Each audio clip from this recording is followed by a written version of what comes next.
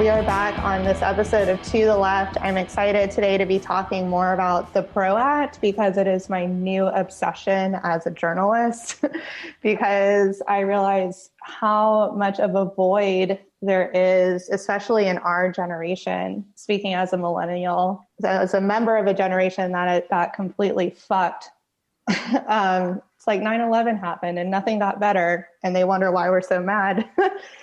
But with that, the PRO Act is something that I started covering when I stepped into a little bit of organizing with Freelancers for the PRO Act because I am a freelance journalist. Among other things, I could list like 6 to 7 side hustles that I have done in freelancing.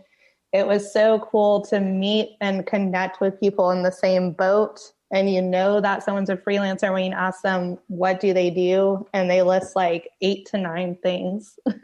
And that was a lot of people I met in a similar situation to me professionally and experiencing similar ramifications from COVID. So I'm here today with Ryan DeMattia, who has been a guest on To the Left before, concerned citizen and co-conspirator in Atlanta. Yes. We're joined today with Chris Tollack, and we got Phillip Golub, who is actually in New York City. Welcome. Hi.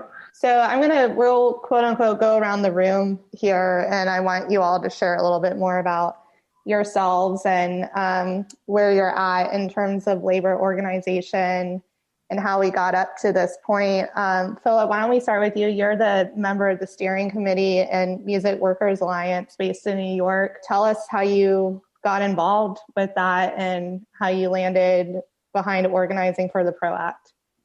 Yeah, so the story of MWA goes back a little bit before COVID, but it really all changes with COVID. And I think there one silver lining of this horrible period in human history has been it's given a lot of people an opportunity to take a step back from the daily grind and the daily hustle and start to get organized and start to think about why we don't have power.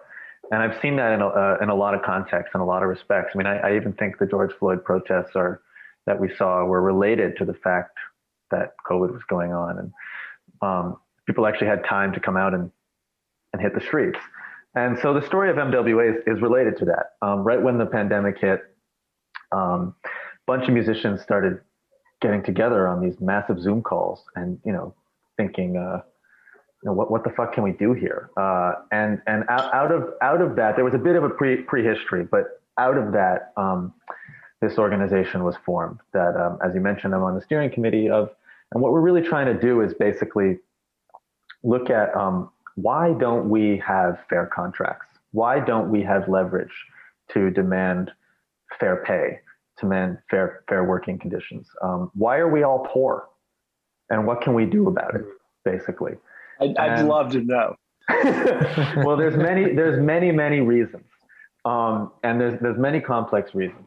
But one of them is that we're not organized. That freelance musicians, indie sector musicians, and which is the vast majority of musicians, we like to call ourselves the original gig workers. We don't live paycheck to paycheck, week to week. We literally live gig to gig. We're unemployed the moment after the gig, and we got to find another gig. So we have no leverage against our employers, and so we've really studied the history of that. What have people done in a similar situation, and started to figure out how we can creatively, actually, frankly, bend labor laws and bend some of that history to win fairer pay and working conditions for our people, moving forward as things reopen. And we're basically forming what some in the labor movement call the worker center, which is basically a kind of vague term for an organization that workers, a membership organization that workers belong to, that where they fight for better pay, they fight for better working conditions, but it's not a union because of various hurdles to formally unionizing in that industry, in that workplace, in that context. That could be because of any number of reasons. So we kind of fit in that category. And there's now a few decades history of kind of cutting edge labor activity in that non-union space, and those are kind of the models that we're basing things off of. And then just quickly to get into the PRO Act, I mean, and I'm sure we'll get into the details of this, but the PRO Act would do a lot of things for us if it were passed that would right a lot of the wrongs that make collective action, make formal unionization, make fighting collectively either legally impossible or very, very difficult, practically very, very difficult for the average indie sector musician. And so that's why we're behind it. Can you quickly clarify Music Workers Alliance, NWA, and the Union of Musicians and Allied Workers? As I feel like you all maybe started doing the work at the same time, and then did you kind of look up and realize that you were doing this and now you're allies? Or can you just explain that a little bit for listeners who may or may not know? Yeah, so UMAL, Union of Musicians and Allied Workers, they really got going right when the pandemic hit. As I said, MWA did exist going back to 2019 as a slightly different organization. And, we're in frequent touch with them. We're very much allied organizations. We have different focuses, different structures and definitely different scopes. We're very focused on organizing in New York. They're working on national issues, even international issues. And they're a much, much larger organization. So yeah, there's we talk to them all the time, and we hope to work. We have worked together in the past. We've pushed each other's actions before and endorsed each other's campaigns. We'll continue to do that and keep talking to them. But yeah, no reason anyone can't be involved with both. As I said, we just have different focuses and different maybe different visions of how to win justice for music workers. Cool, thank you. And just to make a quick Atlanta connection for Atlanta listeners who are familiar with the band Algiers that is on the 2MR label, Ryan in Algiers in particular has stepped into an organizing role at UMAL, and the whole band together are in support of that. Cool. So shout out to them. So Chris, why don't Chris, you have experience working in an event and music labor organization. What brings you here today, and what overlap do you have in your experience with labor organization? Yeah, so just for the listeners, I'm Chris Tollack. I'm an artist and event technician in Atlanta, Georgia.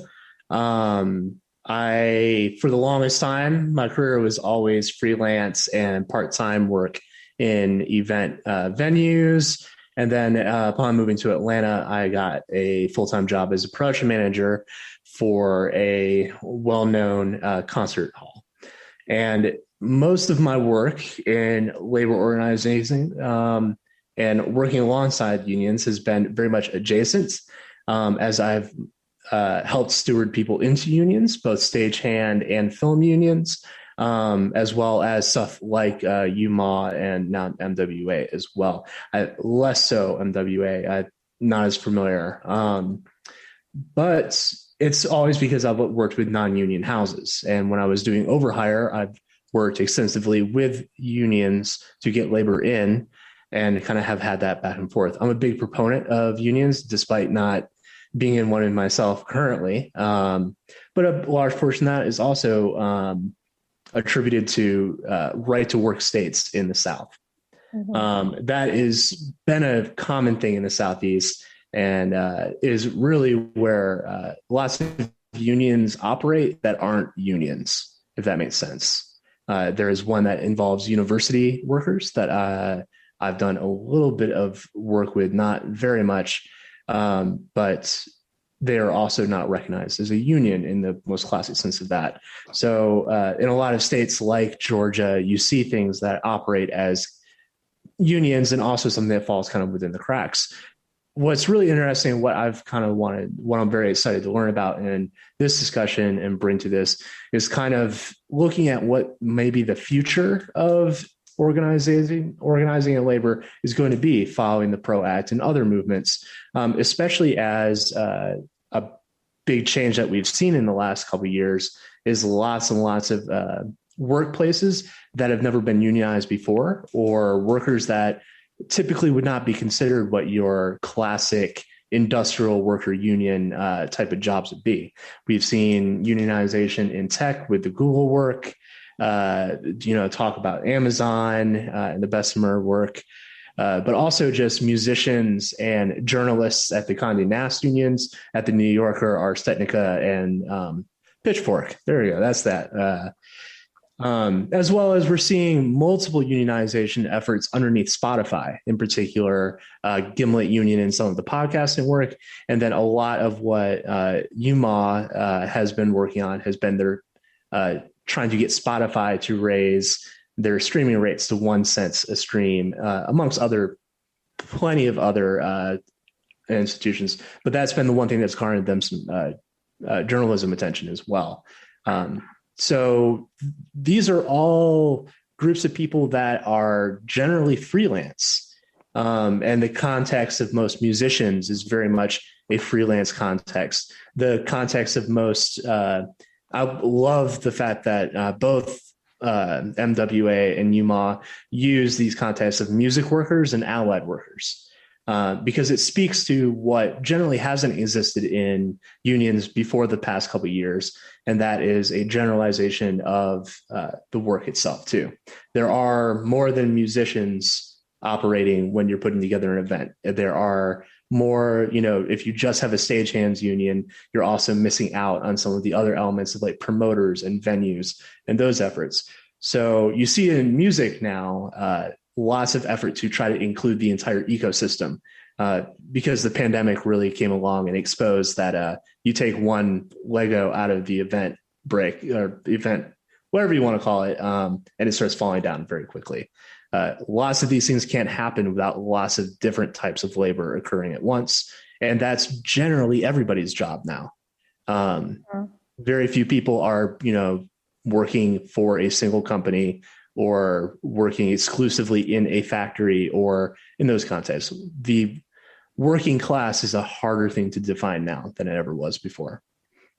Mm-hmm.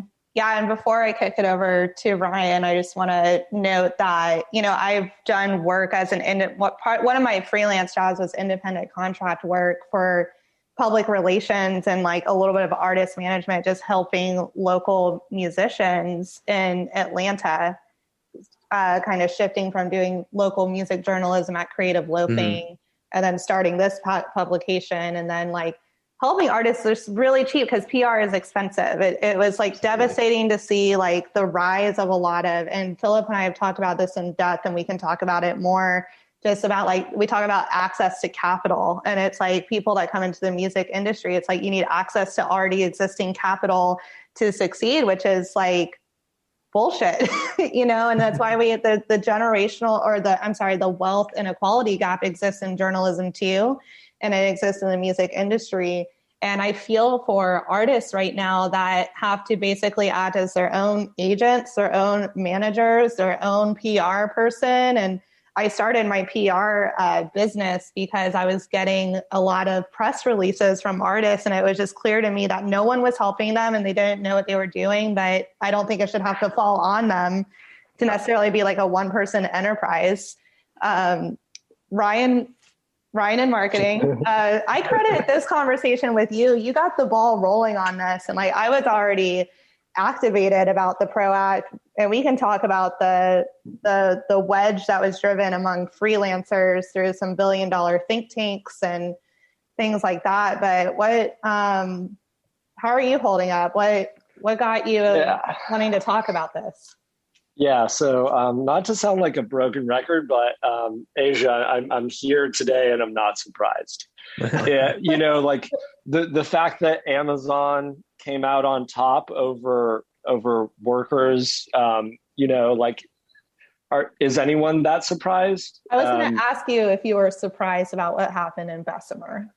Disappointed, obviously, but it's like I'd say it's of no fault of the organizers, right? Like And I think it's really important that when we think about like labor organizing, the companies that are involved in that are not like a neutral passive party that just sits by and waits for their employees to decide, whether or not to organize, especially when you think about really, really big companies. And this is where I think, so let me try to dovetail this in a way that makes sense. I think when you see like any labor start to try to organize, where we're at today in 2021 is like they have to find the like door to the underground passage that's buried under the stump to get inside the house, because like the way big corporations have successfully lobbied against labor organization over the last 80 years has made it so like the front door is locked, the window is also locked. The window is brick proof. You can't kick the window in. There's no way to get into the house to actually have like a fair kind of labor discussion with the powers that be without having to get really creative. And I think that's why I've seen a lot of really promising things with like what Chris described and really what Philip's kind of working on, which are these broader definitions of unions, because and just labor organization in general, because my experience in all of this is as Ryan in marketing, I've worked for some really big marketing agencies who have really big clients, and when I watched Amazon win in Bessemer, I knew it was because of what they actually put behind a category of marketing called labor relations marketing, which is literally when like a big corporation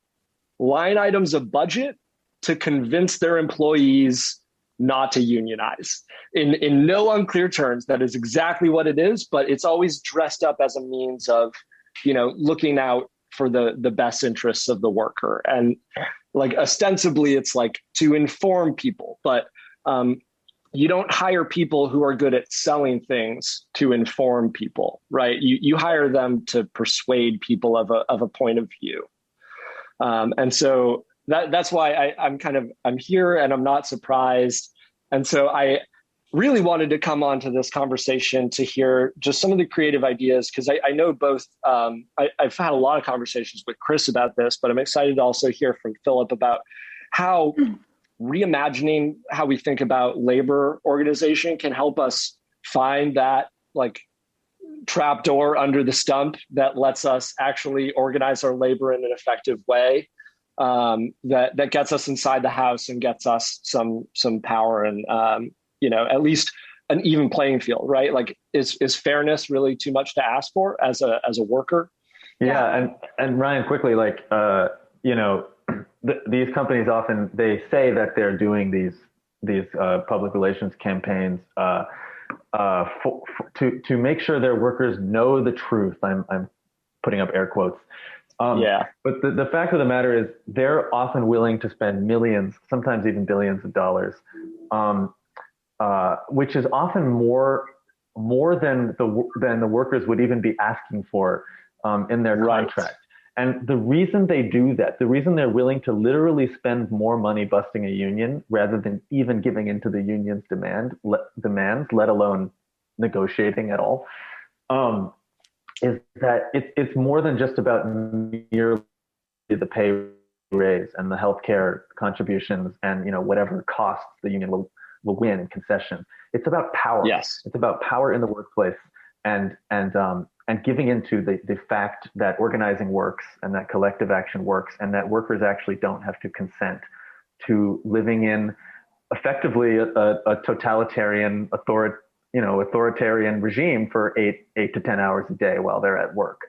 And it's the fear that will spread to the next place and the next place. And that's why capital stays so organized that they're willing to actually spend more money busting unions than unions will cost them. Yeah, it's the potential ongoing cost, because like you lose one union fight and the cost is every union fight after that, where you're on your back foot and there's a precedent, right? There's that classic capitalist propaganda piece. If you give a mouse a cookie, that Right. we all read at a young age. But that's kind of the principle at hand, right? Yeah. Exactly. So I have yet to have like a meaningful conversation with everyone or with anyone. And since y'all are here, about what exactly happened at Bessemer, like I haven't had a chance to, there's been so much other things going on in the world. And I frankly wasn't surprised either. I just like, if I have any sort of agenda at all, I think I mentioned either after I hit record, maybe before, I'm repeating myself, but just that like workers have so much more powerful, like we're so much more powerful than like we are led to believe. And we're already more united, I think, than we're led to believe. To me, anti-union messaging includes like like some myths that are already prevalent in American culture that they can just continue to bank on, like individualism and the American dream and things like that. So Philip, you're the one that sent over this article from labornotes.org about what exactly happened in the Alabama Amazon union drive. And for those who are not familiar, we're talking about the union vote in Bessemer, and that result came in on April 9th. And some 2,000, like close to 3,000 people like before said that they were going to vote for a union, and then like less than 800 voted yes on the union. So Philip, I'm curious, like, what happened there and what are your thoughts about it? Yeah, well, a lot of things happened. First of all, Amazon challenged about 600 ballots, almost all of which were likely union yes votes. So the final tally by the NLRB is not an accurate portrayal in the slightest. This vote was a lot closer than it looks like. It's like, imagine that all the absentee ballots you knew in a general election, you knew were for one candidate, but they didn't count any of them. Like what Donald Trump was trying to tell all of us happened, except that's what happened to workers. Basically, the vote we're looking at is Pennsylvania on November 4th instead of on November 10th when we had the final total. Oh my God. Okay. So that doesn't mean that those absentee ballots, that those uncounted ballots would have made the difference. They wouldn't have in tipping it, which is why they weren't counted. But this election was a lot closer than it looked like. The other thing is that Amazon pretty clearly committed unfair labor practices, and those are being litigated right now. And the NLRB will very, very possibly call for a rerun of the election, at which point the union will have a lot more time, a huge base to build on. And I think that article really is useful. It's in Labor Notes. It's an interview with the lead organizer on the campaign, Joshua Brewer. And I encourage folks to check that out, because I think the takeaway from this campaign is not that the workers got squashed. The takeaway from this campaign is that the workers ran a historic campaign which shed light on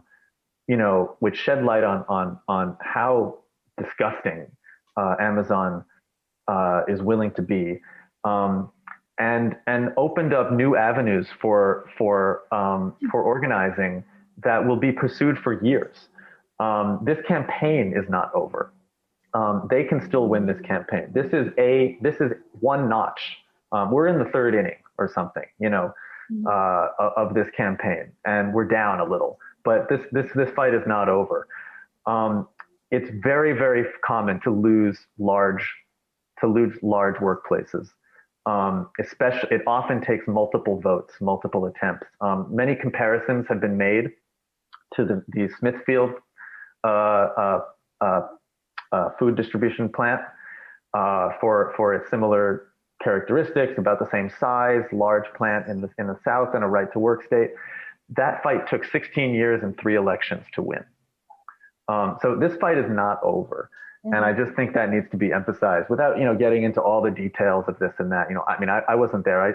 I don't really have any more right to speak to exactly what happened than anybody else, but I think it needs to be emphasized just what a historic thing this was and how brave the workers were who did this. And the leaders on this campaign, Jennifer Bates, Daryl Richardson, we know their names now.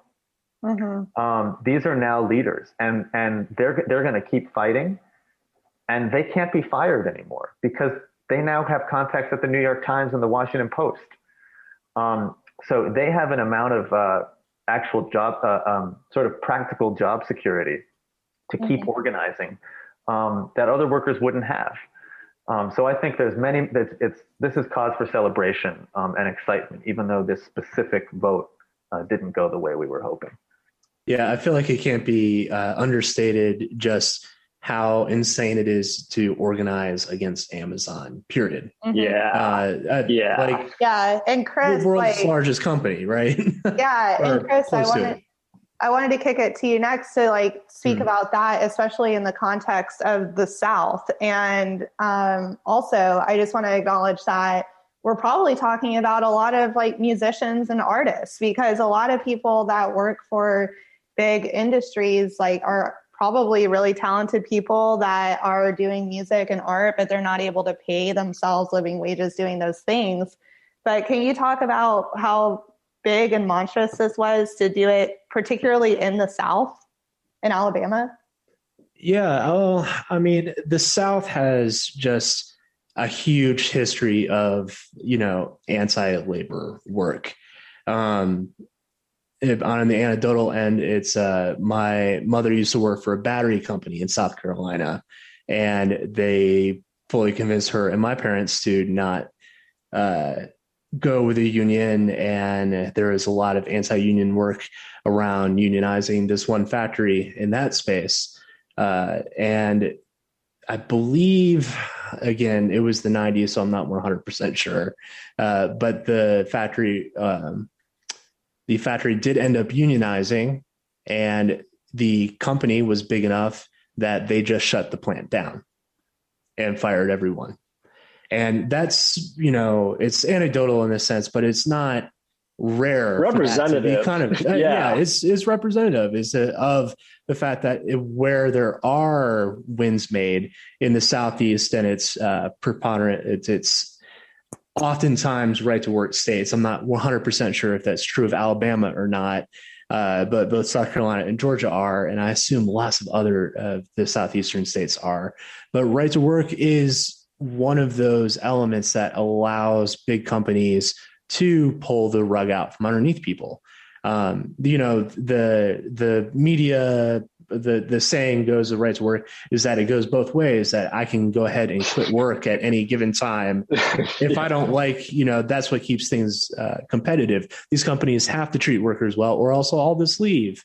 And, decades on after that, this is just not true. People are living a far more precarious lifestyle than they were even back in the 60s and 70s now, where your paycheck, you stop functioning if that paycheck doesn't come in. You don't have the option that a big company does, where they can look at their numbers and go, well, this Amazon warehouse, if it doesn't exist anymore, we can just build another one, or we'll shift all of our work that way. And charge it to the game. Nobody needs that Amazon warehouse. They have so many. Right. Or open another one where they're not going to do that.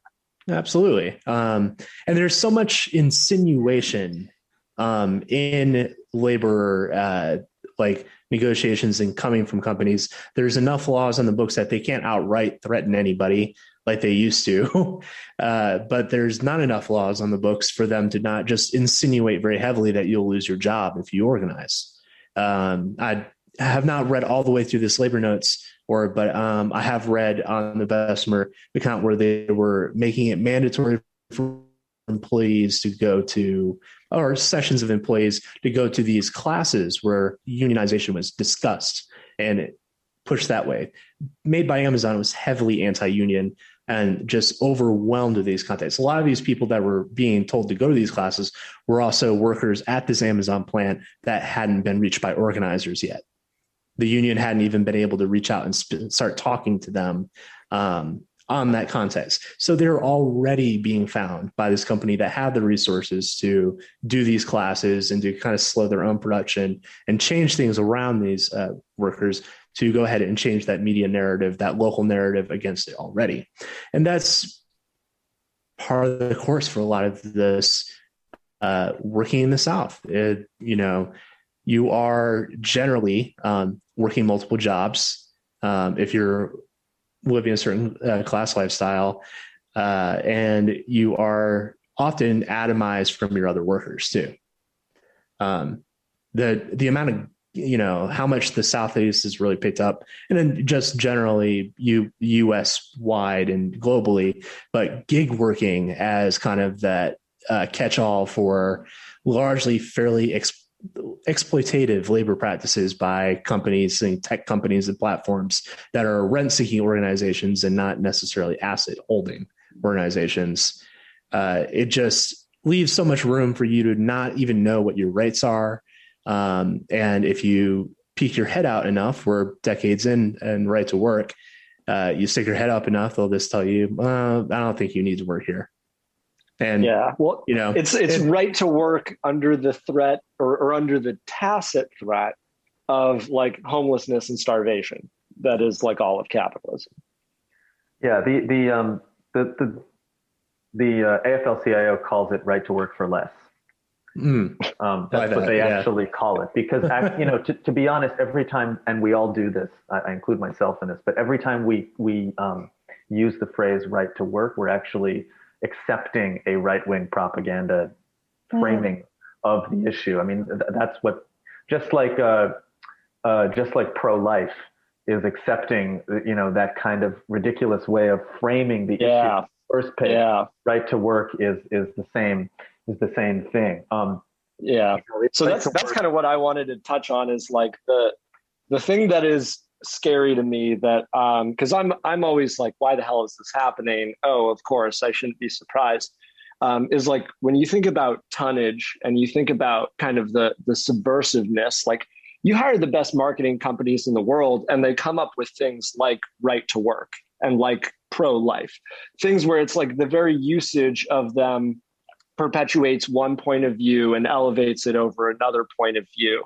And tonnage is really what a lot of this comes down to from a labor relations standpoint. Chris, you were touching on this with the classes. It's like Amazon has the resources to deliver tonnage that like is almost impossible to compete with, where it's like if every second of your free attention is kind of subverted by this, like, hey, don't organize, it's bad for you. Like, even if you know it to not be true, human psychology says that you're still going to get swayed by that message. And so when you walk into the bathroom at work and you see anti-labor organization posters, like literally in the bathroom, it's like they're invading all of the free space that people have, whether it's in the language they use, in the rhetoric that is just like establishing what the conversation is allowed to be about. Like this conversation is about whether or not you have the right to work. Well, it's now you've got everyone plumb confused about, because it's like, I thought this was about organizing for labor. And it's like, that is the trick at hand by the big companies. And I mean, Amazon's not alone, right? I think, Chris, we were scratching on some of that too, where it's like, it's representative. And I think you see it really bad in the South just because of the precedent. Like the South is arguably where like the labor movement started, if you'd call like the first labor organization a slave rebellion, right?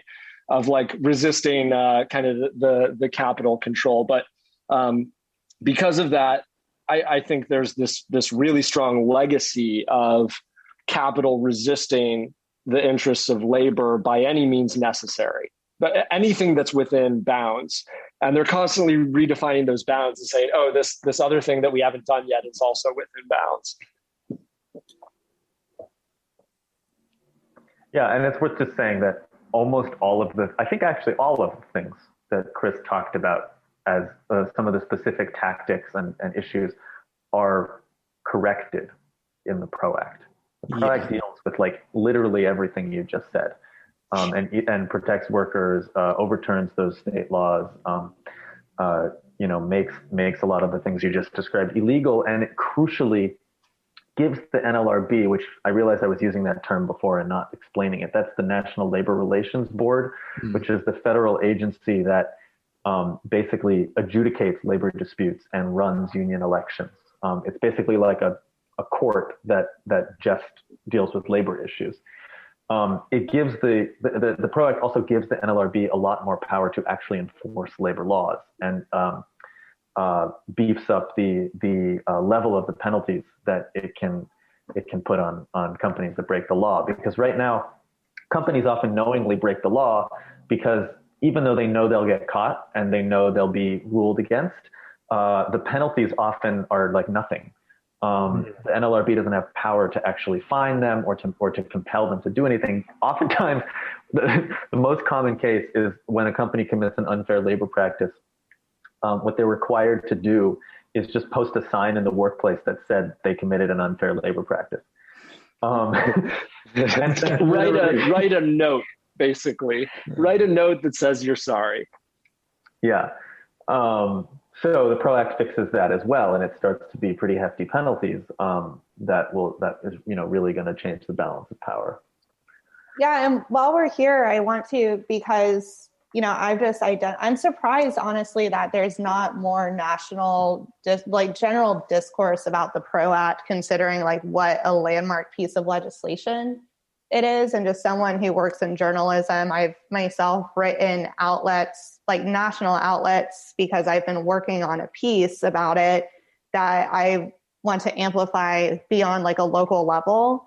But I've written that, I'm surprised that it's not getting more coverage because it affects all of us, and like labor issues touch on all these different social justice issues that we care about. I just feel like it hasn't been like completely illustrated for people. And it's like, I was listening to an episode of Bad Faith yesterday that got me all riled up and wanted to burn things again. But Brianna Joy Gray was saying, like, we have to figure out a way to turn all of our like griping and like reports and podcasts like this into like actual action and like organizing in our political system.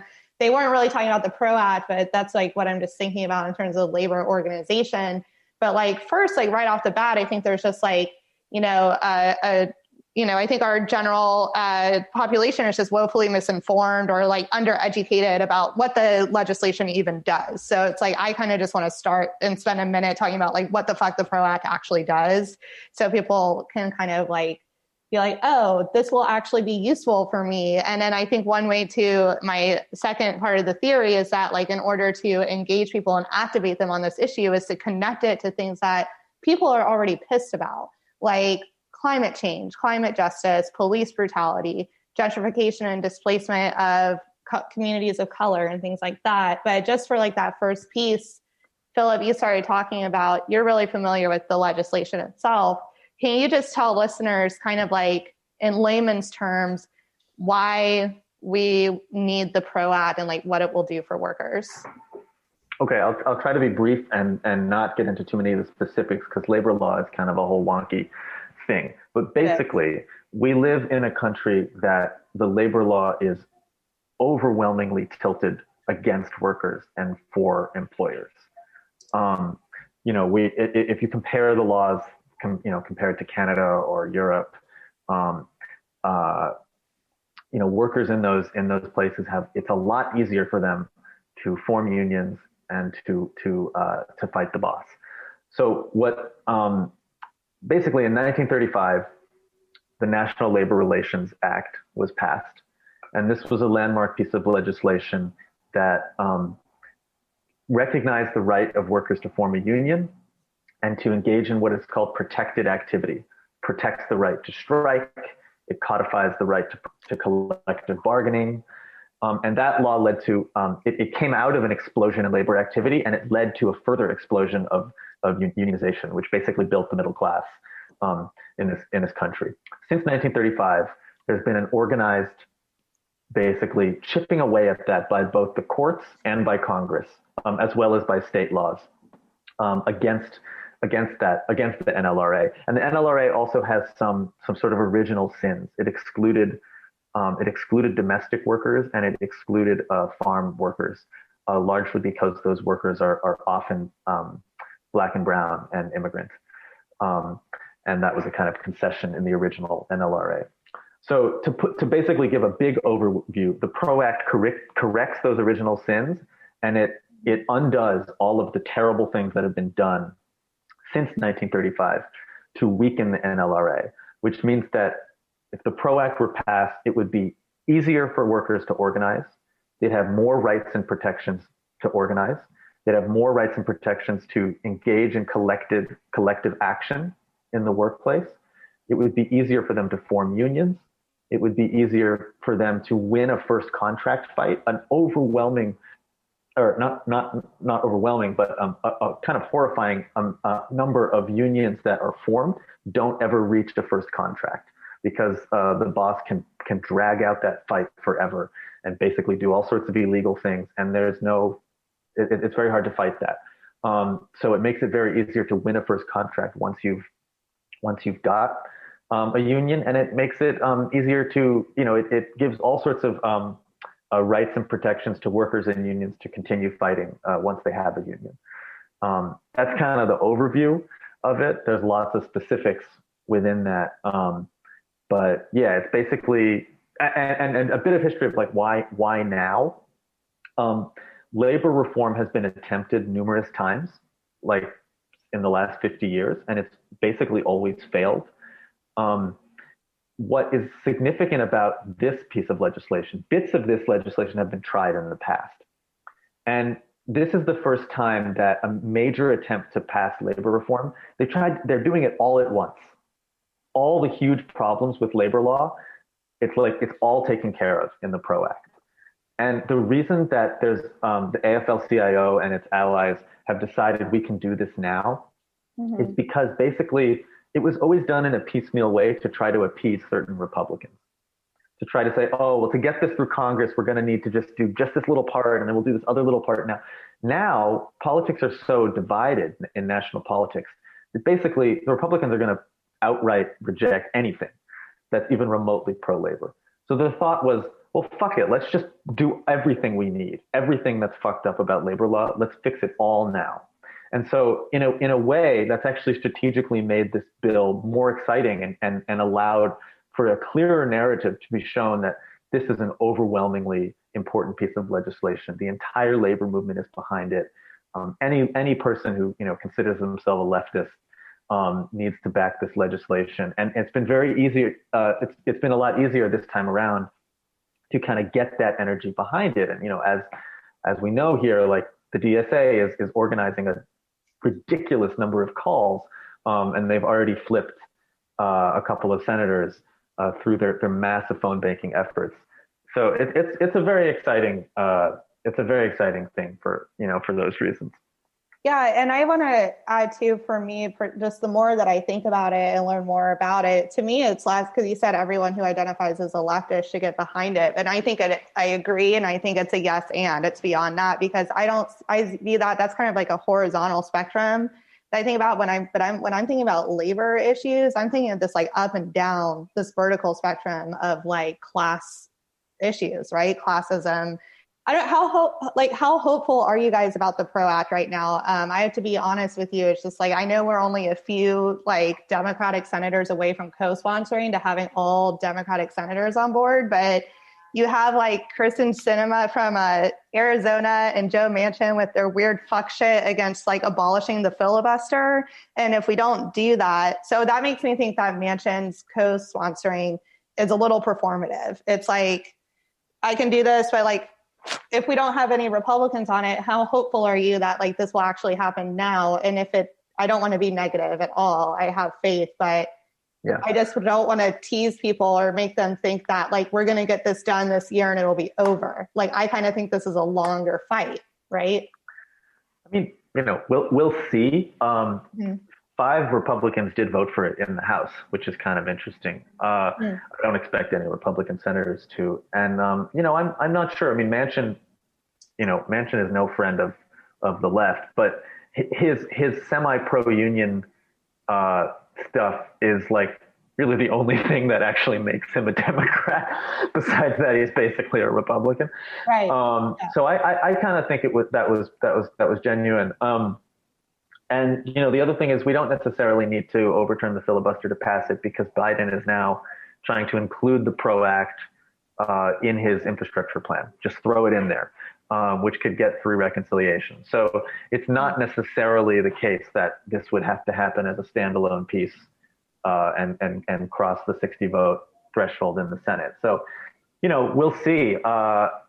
Congressional deal making is a weird, bizarre thing, and I'm certainly no expert in it. And it seems that nobody really knows what's going to happen. But I think it's not beyond the possible that this could make it through. Well, and it's also worth pointing out that the PRO Act is going to apply to more than just labor organization too.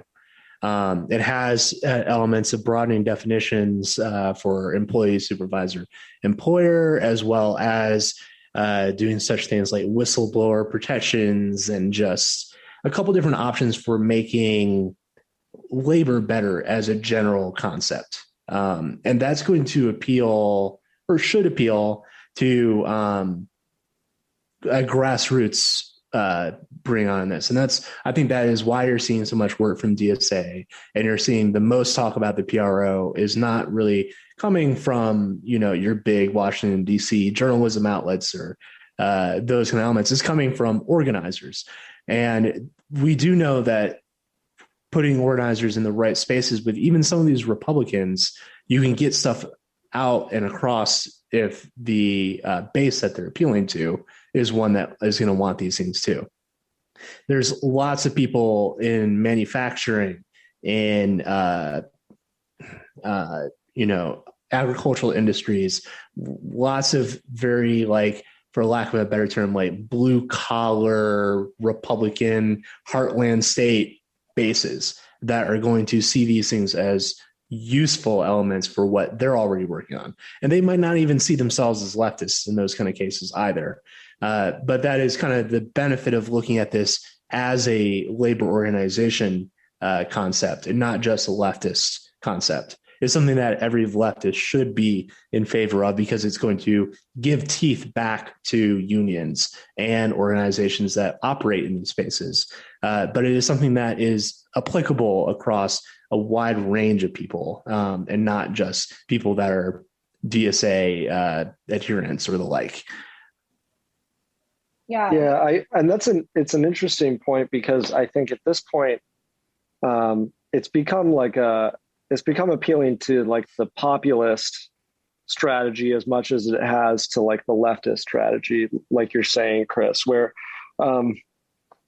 like the creativity of businesses is kind of scary as it organizes against labor. But I think we're at a point of just creativity across the board, right? Like you mentioned, Philip, like trying to stick the PRO Act into Biden's larger American Family Recoveries Plan. Like we're going to see more congressional creativity, and we're at a point where there's no loyalty, which is it kind of feels good, because like it's very clear that like the institutional left and the institutional right have both kind of inadvertently showed their ass on a national scale, and they're like clinging to this idea, this like delusion of their legitimacy. And so I think now more than ever, the opportunity to get people to defect is possible. That's kind of what has me optimistic, because like if someone sees it as an opportunity in the short term to keep their congressional representative region region it doesn't matter if it violates this long held principle of the right doesn't like labor, because if it's going to keep me elected, it's going to keep me in Congress, and I'm going to do it because that's really the only thing that matters if I'm a politician these days. Or at least that's the hope, right? Yeah. There is obviously a huge lobbying effort going on against the PRO Act as well. The Chamber of Commerce, I believe, has come out as pretty against it, which that sucks. But I saw that. You see that in like a standard Google search which sucks. So it's like one part about organizing with freelancers for the PRO Act, which is part of DSA. national campaign is like, Philip, you know this because like that's how we met each other, was in that channel. But like billionaire dollar think tanks that can afford to like be top Google searches and like Ryan, I have a question for you about like anti-union messaging. And I like to connect everything with media and journalism. Real quick, when you were talking about anti-union messaging and these tactics used by corporations, to me that sounds a lot like manufacturing consent. Like the same. That's exactly what it is. So is there a relationship between like corporate media and mainstream news and anti-union people? Yeah. not to be like a tinfoil hat guy, but it's certainly all intertwined, right? Because you already are that, so it's fine. Okay. The reason why you're not hearing more about it is because there's a vested capital interest in you not hearing more about it. Because the more people hear about it, the more they're going to be like, shit, that is just legitimately good ideas to make labor better. That is not this like, and so the more media can either not talk about it, or when they talk about it, make sure that it's like right next to a picture of a, forest fire, just inadvertently by mistake, just so it's like every tactic will be pulled out of the woodwork, because all of the capital organization has a vested interest in this not going over well. And that's why it's like expected to be a bigger fight than a lot of these kind of fragmented fights, right? It's like there's a lot of battles, but I think on a bigger sense, like the PRO Act kind of represents the current front line on the war, where it's like how we're going to navigate labor issues for for the next 10, 20 years can really be shaped by this piece of legislation, and whether or not we're going to continue to be able to have our consent manufactured by just sheer tonnage, right? Like if you're going to drown me in anti-labor organization content, eventually I'm just going to wake up thinking it, whether or not I ever wanted to. And that's the thing where it's like, I think you see in a lot of other regulatory bodies, this ability to at least modulate like a balance. And if nothing else, that would be so valuable if there was simply a balance in messaging and not this like clearly very tilted, but designed to not be tilted or not look tilted kind of approach, where it's like, oh, it just showed up first in the Google results. That must mean it is right for me. Not that Google has any sort of vested interest in labor organization. They're certainly not dealing with any of their own labor issues. Yeah. Come on. Yeah, it kind of reminds me like Angela Davis, when writing about the prison industrial complex, says that PIC is a prison in and of itself. And it's just like, I feel like anti-union messaging is just the baseline of like kind of what we're seeing in like the everyday.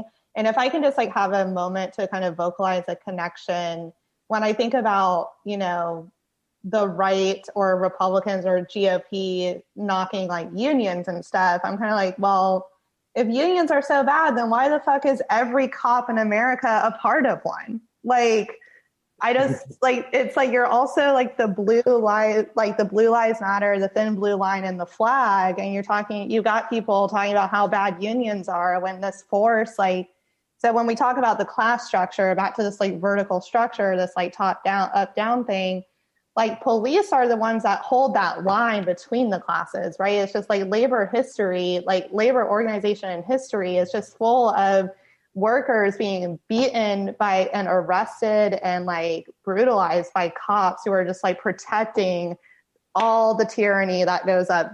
Well, no one can see me, but like this way, like there's so much more behind what the line that the cops hold. That's a through line that I just haven't seen really like connected when talking about labor issues. The fact that like, Derek Chauvin had access to a police union after he killed somebody, after he killed George Floyd in front of all these people, he had access to $1 million in defense funding. And the disempowered workforce, being us taxpayers, are also the ones paying for his retention or like staying on the job. And this, like, we're paying for this police force. Well, I kind of want to follow up on that, Asia, and just kind of, pointing to kind of highlight the issues of stuff like police unions and the talk around police unions versus the talk around manufacturing unions versus the talk around new journalism unions or the such. Not every union is made the same. Mm-hmm. They don't all have the same goals, and they are not all necessarily aligned with, progressive labor concepts either. Police unions are a great example of that. And you see that larger messaging around unions can kind of be tracked by what ones uphold some of our terrible military industrial complex needs, some of our terrible police state needs, things that help up and hold. Unions can also be used to maintain neoliberal austerity. Mm-hmm. And that is why a police union, the NYPD police union, can, rake in billions of dollars a year or whatnot, and then they're not considered the same thing as a bunch of people wanting to organize an Amazon union so that they get better working conditions in Alabama. The different treatments of those things is almost drawn completely along those lines of what upholds those needed austerity measures. I think that kind of speaks to, I kind of wanted to talk a little bit about Guy Standing's concept of the precariat class. And in general, for people that aren't familiar, Guy Standing is he's a professor over in the UK who's developed this concept of the new dangerous class, he calls it the precariat. And it's largely a new way of thinking about working class concepts along class lines that you can't draw simple, like if you make more than this amount of money or less than this amount of money, you are this class in the world. And the big new class that's coming about in the last 2 decades is, he calls it the precariat, but it's really people that have been pushed into precarious living situations through globalism and through an economy that is moving from a service economy of the 80s and the 90s into a economy defined by rent-seeking organizations. And in particular, you think of Lyft, Uber, Spotify, Google, so many tech companies. I mean, so many of these. It's the same thing as same thing as like major real estate company management companies, or WeWork is probably the best example of a big obvious example of this, where they don't really own anything. They don't own employees. They don't own assets. They own a platform, and that they make everyone that works for them into contractors underneath them. It's part of why you saw Lyft and Uber go out of their way. I forget the name of the bill in California. 22. Yes, yeah. Thank you. Prop 22. They went out of their way to force their way into that conversation as much as possible, sending drivers like vote no on Prop 2, that you had to hit OK in order to take a ride, to pick up a ride to do stuff. All that is because they're trying to avoid seeing any of their contractors as employees, because with having employees, you have responsibilities. With having employees, you have the possibility of unions that want better for their employees. You have all these things that arise from just having to take responsibility for the people that you employ. And unions and Amazon are kind of pushing against that kind of issue and all that as well, that they're trying to get these companies to take responsibility.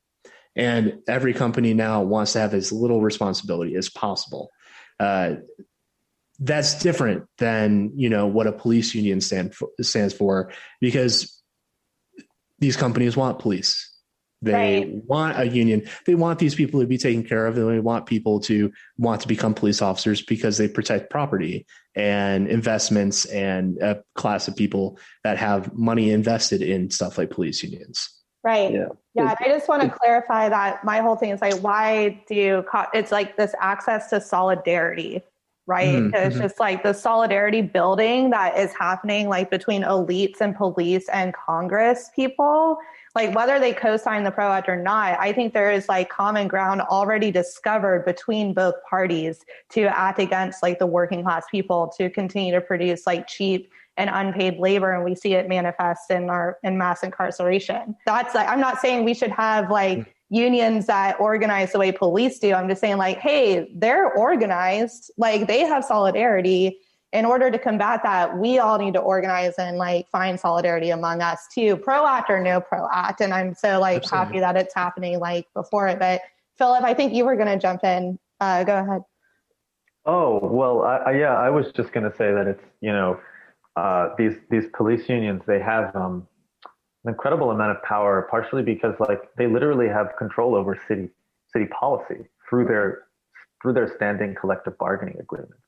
So their collective bargaining agreements can determine things in the city budget and the city hiring practices, and so it's really on the labor movement to in my opinion, to stop backing police unions and get them out of this thing that we call organized labor, where we stand with each other as workers. It's on the AFL-CIO and unions that have cop locals, to get them the fuck out, because cops don't stand with workers, regularly bust out picket lines. There's a long history of that, and stand with management, as Chris was saying. And yeah, I mean, oftentimes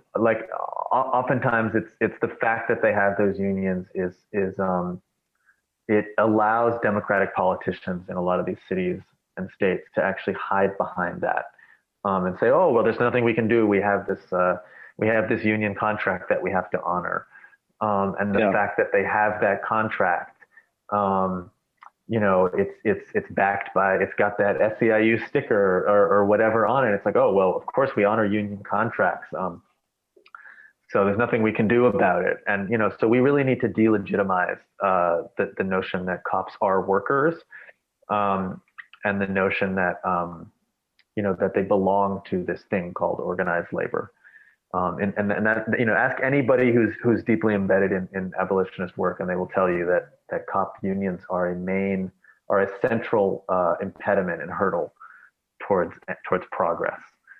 Right. They uphold that precarious situation that is so valuable to the state and to companies, and is so threatening to regular workers. And I think it's that the organizing that gets us out of that situation. But again, obviously, like, big companies do not want that. They don't want regular workers organizing themselves out of a precarious place. And it's not just big companies, right? Because like it runs deeper than that. Everyone our age has student loans, because that is how you keep people in a precarious position where they have to keep working and they have to contribute as a cog to the big capital machine, right? And it is under all of this duress that we're all participating in this system.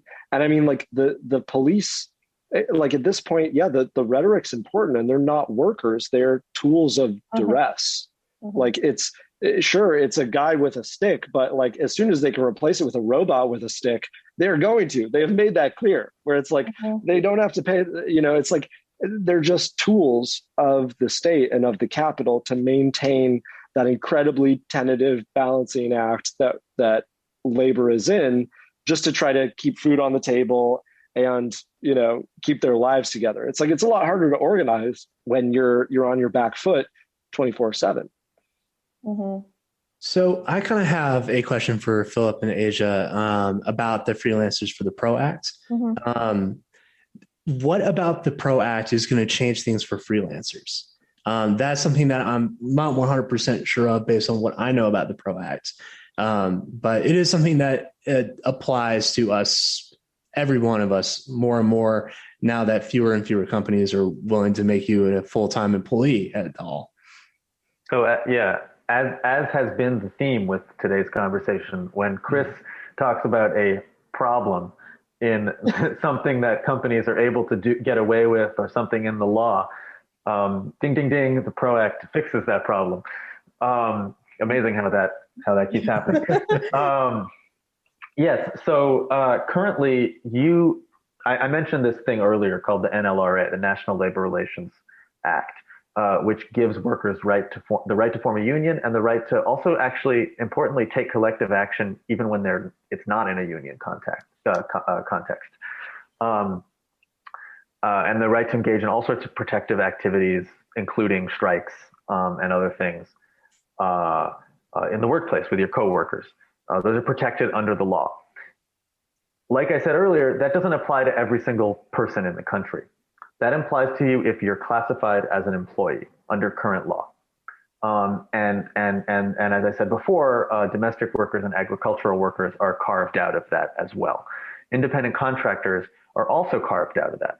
So if you're an independent contractor, you actually do not have the right to form a union, and you do not have the protections to engage in concerted economic activity.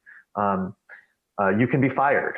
You can be let go for even something as basic as having a conversation with your coworker about pay. Someone an employee, that's a protected right. So what this does, and so one of the tactics that companies have used in the last half century or so is to basically misclassify tons and tons of workers. We see this especially in trades such as like truck drivers, construction workers. It's the reason that the painters union has like led the way. It happens in freelancing all over. Right. The place. And so what the PRO Act does is it changes who can and can't be included, and given those rights and protections. And it uses a test called the ABC test to determine who is going to be included. What it doesn't do, and this has been where some of the misunderstanding around freelancer stuff with the PRO Act has been, it doesn't actually reclassify us when we're independent contractors as employees. Mm-hmm. It doesn't do that because there's lots of other places in the law where freelancers may not want to be considered employees for various legitimate reasons. It doesn't touch any of that. Mm-hmm. All it does is it uses this thing called the ABC test to determine not if you're an employee or an independent contractor, but to determine if you get the rights that the NLRA gives you. The right to strike, the right to take collective action, the right to form a union. And that ABC test, if it were applied instead of the current system, it would expand those rights to lots of more people. It would expand it to all those misclassified people I was talking about, but it would also expand those rights to lots of creative freelancers who aren't necessarily misclassified as we typically understand it, the way like a truck driver or an Uber driver might be. But we wouldn't lose our freelance status, and yet we would gain the right to form unions, to engage in collective action, and so on. So it includes millions and millions of new people who haven't had these rights into the basically legal structure that gives workers the right to organize. Yeah, and if I can add to that, so as it stands right now, there are 60 million people in America who would join a union if they could, according to AFL-CIO. And I also want to just like clarify something I said where I said like this is happening in freelancing all the time. I want to like just like kind of correct myself a little bit because like the misclassification piece is like really, really important in this conversation. And someone I was just thinking about when I said that was one of our comrades, Megan, who is a co-chair in DSA in Southwestern Louisiana. And I talked to her about this for some of my own coverage about her experience. But she's been freelancing for years and years. And, you know, there was one year she worked as I don't think she even realized it at the time, but she was a misclassified worker with iHeartMedia. So here we go with like one of the biggest names and companies in media and entertainment and even podcasting. We don't stream our podcasts on iHeartMedia once I learned that they use prison labor for some of their stuff. But so this shit like runs deep, right? But I think like one thing I want to say about how it's going to affect freelancers is that like, so that misclassification is like something that employers have used to their advantage. So they tell people who are disenfranchised from high value labor, oh, you're self-employed now, but still be here every day at 9 a.m. till 5 or still clock in at this time, blah, blah, blah. But like you're a freelancer. Look at all this freedom that you have. And there's this huge myth that like, and Ryan and I have talked about this before.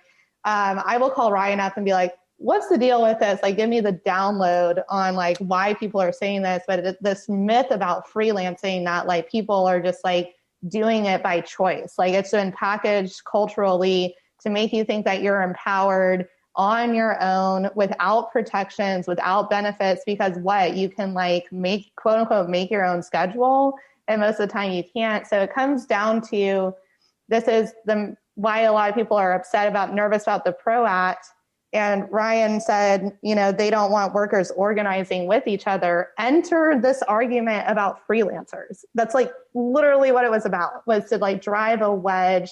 Talk about AB5 and ABC. It seemed to intentionally confuse people because they sound so much the same. And the ABC test was an AB5 in California. But because that was a totally different legislation, the ABC test, it functions differently depending on what legislation it is in. So, and the only reason I found out from people in California and in the industries, like across the board, that freelancers were harmed because of AB5 in California was because the employers decided to be shitty and outsize their contract work to these freelancers for cheap labor outside of California. That was the only reason. So the PRO Act would make it so that, there's no additional burden for workers in the PRO Act. It would place a huge amount of burden that needs to be there to correct an imbalance against workers and corporations. And that's not the type of legislation that they think they paid for. So I know we're coming up on time here, but what I want to like end our conversation with today is, what would an empowered workforce look like? I've been big about reimagining or talking about imagining. So it's like, we're talking about how bad it all is or like how much it sucks, but how could this look differently? Like Philip, what would the music industry look like with an empowered workforce of musicians and freelancers? It's a very good question. I mean, one answer is it would look like it did about half a century ago, at a time when musicians saw themselves as workers, at a time when the AFM had near total control over, let's take New York City, for example. Every small club and bar, musicians played on even on a Wednesday night. They were playing union scale and they were union members. And if the club owner was stiffing them or not treating them right, the musicians would picket the venue and the Teamsters would stop delivering the beer. There was activity in the workplace. So one answer is it might look like that. But I don't want to just go back in time because we're never going to go back to an older world. And part of the answer is we don't totally know. But the thing I want to focus on is that to me, and you touched on this very, very briefly in the beginning of the conversation, Asia. But to me, the biggest injustice of all in the music industry is that it costs upwards of 10 grand to make a record. Mm-hmm. And it's nearly impossible to recoup that cost, let alone make a profit, for maybe dozens, decades of years into your career. So what that means is that having a career at all in music basically requires a major capital investment. And what that does is it categorically disadvantages people coming from working class backgrounds of artistic creativity and expression. And that's a tragedy because music as a whole suffers because of that. There are artists who have something beautiful to say and to contribute to the conversation artistically who we're never going to hear from, mm-hmm. because they literally couldn't make that investment because they came from a poor working class background and they couldn't afford to lose money for 10 years before they ever made money. And that, of course, vastly disproportionately affects Black and brown people in this country. So the big hope for me, where this all leads specifically, is that we right that wrong and we make it so that that musicians themselves don't so-called bear the risk, as we're told, for the very act of being musicians, and producing our work, and having the right to organize, having the right to take collective action and to win back the money that's been stolen from us by all the entities. We didn't get into the details of the music industry, but I'll just say that we produce a lot more wealth than we see. To say the least. So winning back some of that wealth is how we do that, is how we make it so that you can make a record and not need to rely on family money or an Ivy League education or whatever it is to literally survive your 20s and early 30s. That's the vision of the future I want to see in the music industry. I want any kid who grows up in any zip code to be able to become a musician and have access to creative expression. And the right to organize is a prerequisite for building that world. Mm-hmm. Chris, what do you think it could look like? Well, I kind of wanted to, it can look like a lot, and we're still figuring out what it could look like. There's a Mark Fisher quote that I use ad nauseum with Ryan and plenty of other people, but it is easier to imagine an end to the world than to the end to capitalism. And, I've loved that quote so much because it really is endemic to what we see in the US and both the left and everybody in between, and also for artists. The reason why labor organization and thinking about progressivism and thinking about the rights to capital for musicians is important, as well as artists and creative class types and all these ideas is because these are the mechanisms of which we use to imagine different worlds. The way we can find a way out of the context that we're in now is by dreaming really big and thinking of lots of different solutions to it. These unions that are popping up that are expansive across multiple different types of labor within creative work, like music, are important because they're putting these people in the same rooms to think about these concepts and think about the industry from a top-down point of view with lots of people involved. A single artist is not going to be able to envision a new society in which music is paid for properly. But if enough of us are organized to say, hey, we have to be able to be paid for these things if this is the world that we're going to live in, you should know what we're getting paid right now. UMAW's work with Spotify is important to that, as while 1 cent per stream won't necessarily fix the inequality that Spotify breeds, it does put a spotlight on the fact that so many people that listen to music on Spotify don't actually know how much Spotify pays anybody. That's just something that Spotify has put money towards making sure that nobody finds out about. And Spotify's telling on themselves there, saying we don't want to pay people a cent a stream, because you're like, wait, I thought surely people get paid at least like 1 or 2 cents a stream. And absolutely. That's not the case. And, so many people now, whether they just listen to music or they make music, it's hard to imagine like streaming, piracy, all these things that have changed the music industry in the last 2 decades. That has always been kind of given as this was inevitable. This is the only way that the music industry could work. This is the solution. And if you don't like it, well, I guess you don't have to be a musician or artist or whatever. And that's just not true. So same with journalism too. Absolutely. Yeah. But we don't have to accept these things, both as, consumers and creators and all these things. We don't have to accept the way that they are. We can imagine different methodologies. We can imagine different ways. And the best way to do that is to organize ourselves, get together, and at the very least, talk about it.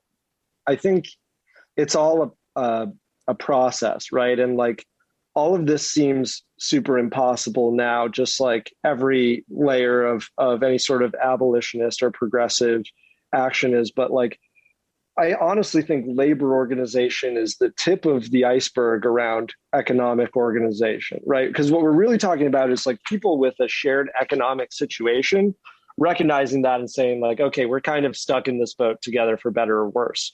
And Labor is really obvious when you're like standing next to someone and you're both like, God, this job sucks and we don't get paid enough.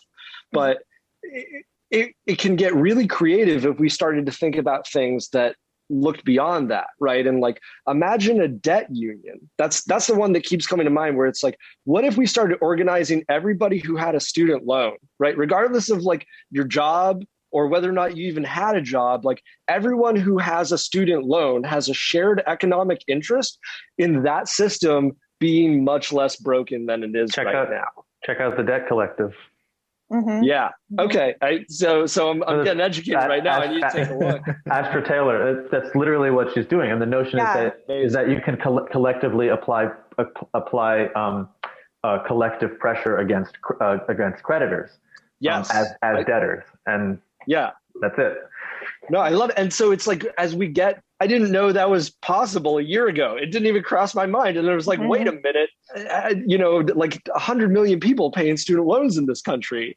It's like if a third of the country realized like, okay, we're all on the same team here, things get really interesting, and that's where like, I'm glad that there's people light years ahead of me who are actually building this stuff. All of that is like how we actually get to a place of fairness in my mind. And it's going to take creativity along labor lines, but along all of the economic lines that kind of strike us, right? Like a renters union and a debtors union and all of that stuff. Mm-hmm. Yeah, you can go to debtcollective.org right now and join that union for a monthly payment of like $5 a month or another amount. It's better than paying Spotify. That currently exists. But just quickly, I was just talking to somebody I know the other day, speaking of other forms of organizing, along different lines other than in the workplace, such as tenant organizing, which is a long-standing thing. And someone I know just told me a crazy story the other day of how they currently bought their apartment after a 12-year rent strike. Oh my God. Long battle with their landlord, which was drawn out, and they eventually won. And basically took all the money that they had put aside in their escrow fund for during that 12-year rent strike and bought their apartment. So, the power of organizing is it knows no bounds. Yeah, and I think that Philip, you were the one that said in a conversation when we were talking about the Koch-funded Americans for Prosperity website, because their tagline is like "flex your independence," like whatever, and you were like, we can't have independence without organizing. Like it doesn't.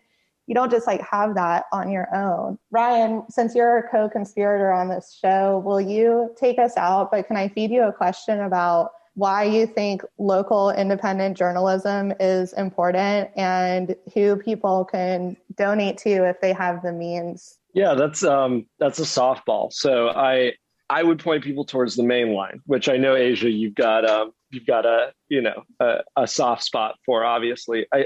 I think what's really important right now is not consuming the narrative that is manufactured for us by the people that have a vested interest in us believing a specific thing. And so what I love about the main line is it's a bunch of crazy committed people who are willing to spend 8 hours on a Monday listening to a city council meeting just to actually understand the hijinks that city council is trying to pull in Atlanta. And like, that's the battle that we're fighting, right? Is like the time and resources to work against this is going to take a collective effort, not just in organizing, but purely in sense making, because like there's so much noise. And so the role that the main line plays in Atlanta just as a sense making apparatus to like consume all the bullshit and filter out something that is drinkable at the end.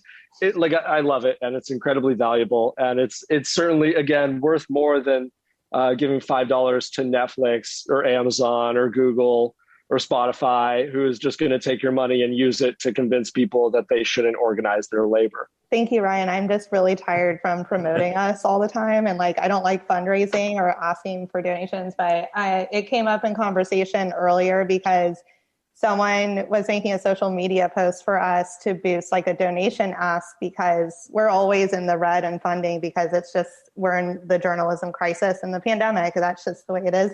But they described us as like volunteer run. And I was like, Oh no, we're not volunteer run. It's more accurate to say we're a group of poor people producing quality journalism in spite of not having living wages. So volunteers by reality, not by choice. It's not a position of virtue by any means. I would like to be able to afford to live because of this work, along with everyone that contributes to the main line to make it possible, including you, Robin. Yeah. Thank you. Let me do the sales pitch soundbite. If you're listening to this right now and you've got, say, $13, $12, and you care about, fair reporting that actually tells a real story.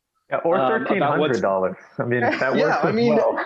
I like to start low, but yeah, if you've got any sort of kind of capital vested interest in just hearing the truth, go to Mainline on Instagram. You can find them on Twitter. You can honestly just Google the Mainline and go straight to their website. It's really easy to set up a recurring donation of even like $5 a month.